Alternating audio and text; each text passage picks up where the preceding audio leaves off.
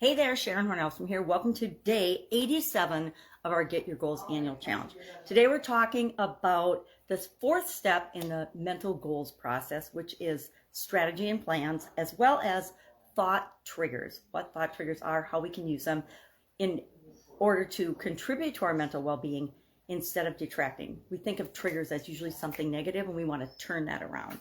So for strategies and plans, what we want to do is think about the goal that we're working on. I'm going through one goal. I'm going through 25% more positive self-talk by the end of the year. Now, that's definitely not a super big stretch goal. I probably should have set 50% or something, but I want to demonstrate on this how we can break it down and make it achievable, but a reach goal, because I don't know about you, but I'm still counting and tallying to see what percentage of my thoughts are or my self-talk is positive and negative. And I know it's way more toward the negative side than it is positive, and I want to turn that around, but I also want to be realistic in setting that goal. So we did steps yesterday, and we broke it down into the steps that I need to do in order to achieve that goal. And so today I'm going to look at that, and I'm going to say, okay, what is my overall strategy for making that happen? And then what is my plan? And I think by looking at the steps, I've kind of broken it down already into the things I need. No, I need to go to each of those steps and say, okay, what are my plans to achieve this? And really the goal is kind of my overarching strategy, right? Is to improve my self-talk by 25%.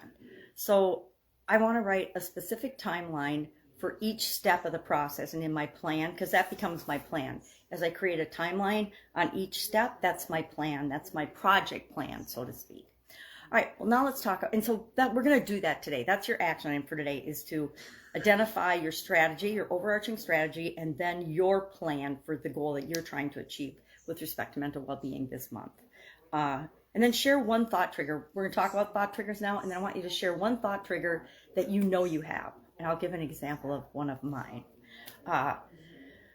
Thoughts and triggers, or thought triggers, they refer to the specific thoughts, events, situations that activate different emotions and responses and thoughts in us. Here's a couple of examples from my past that I've worked through and gotten rid of. And I'll talk about the steps to change a thought trigger from negative to positive, or to eliminate a negative thought trigger, because I think it's really important that we do that. Common thought triggers include negative self-talk, which is something I really want to work on. Stress, anxiety, fear, and my example of a thought trigger is if someone says to me, and it comes from my ex-husband, "You got a minute." I always preface a negative conversation with, "Hey, you got a minute, because I'm going to bitch at you for the next 15. And he would usually do it via the phone. And so now for me, I had to work through, because a lot of times people are being respectful and saying, "Hey, do you have a minute to talk?" Or, can I set up a time to talk to you?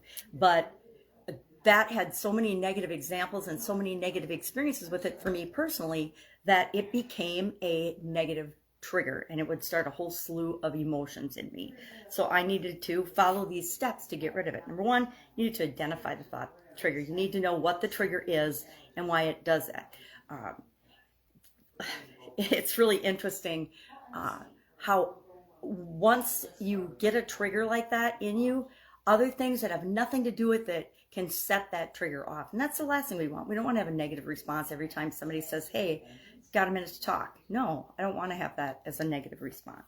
So I had to identify that from my past experiences, situations and events, and the emotions that it pulled out, and say, is this how I want to respond to this action by any other person on the planet in the future? And my answer was no. So then I had to practice mindfulness. Whenever I heard that for a while, I had to take a deep breath, be present, and say, okay, this isn't my ex-husband calling, this is so-and-so, and I like this person, and yes, I do have a minute to talk to them about this. We need to challenge our self-talk is step 3, because usually what would happen is that phrase would be spoken, and then my mind would go down a negative thought loop, right? We want to challenge that self-talk, because our thought loops are self-talk and just us repeating things from our subconscious, from our past experiences.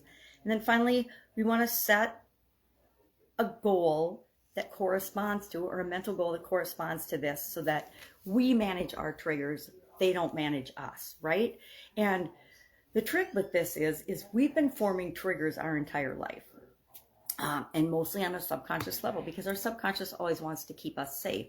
So we don't consciously say, oh, whenever I hear that phrase, I'm going to get upset. No, absolutely not. We automatically form those based on our past experiences. And it's up to us to become consciously aware and identify them in order to change the ones we want to change.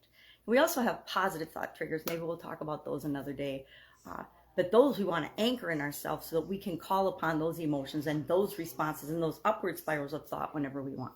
So action item today, share one thought trigger that you know you have, because I think we really can learn from one another.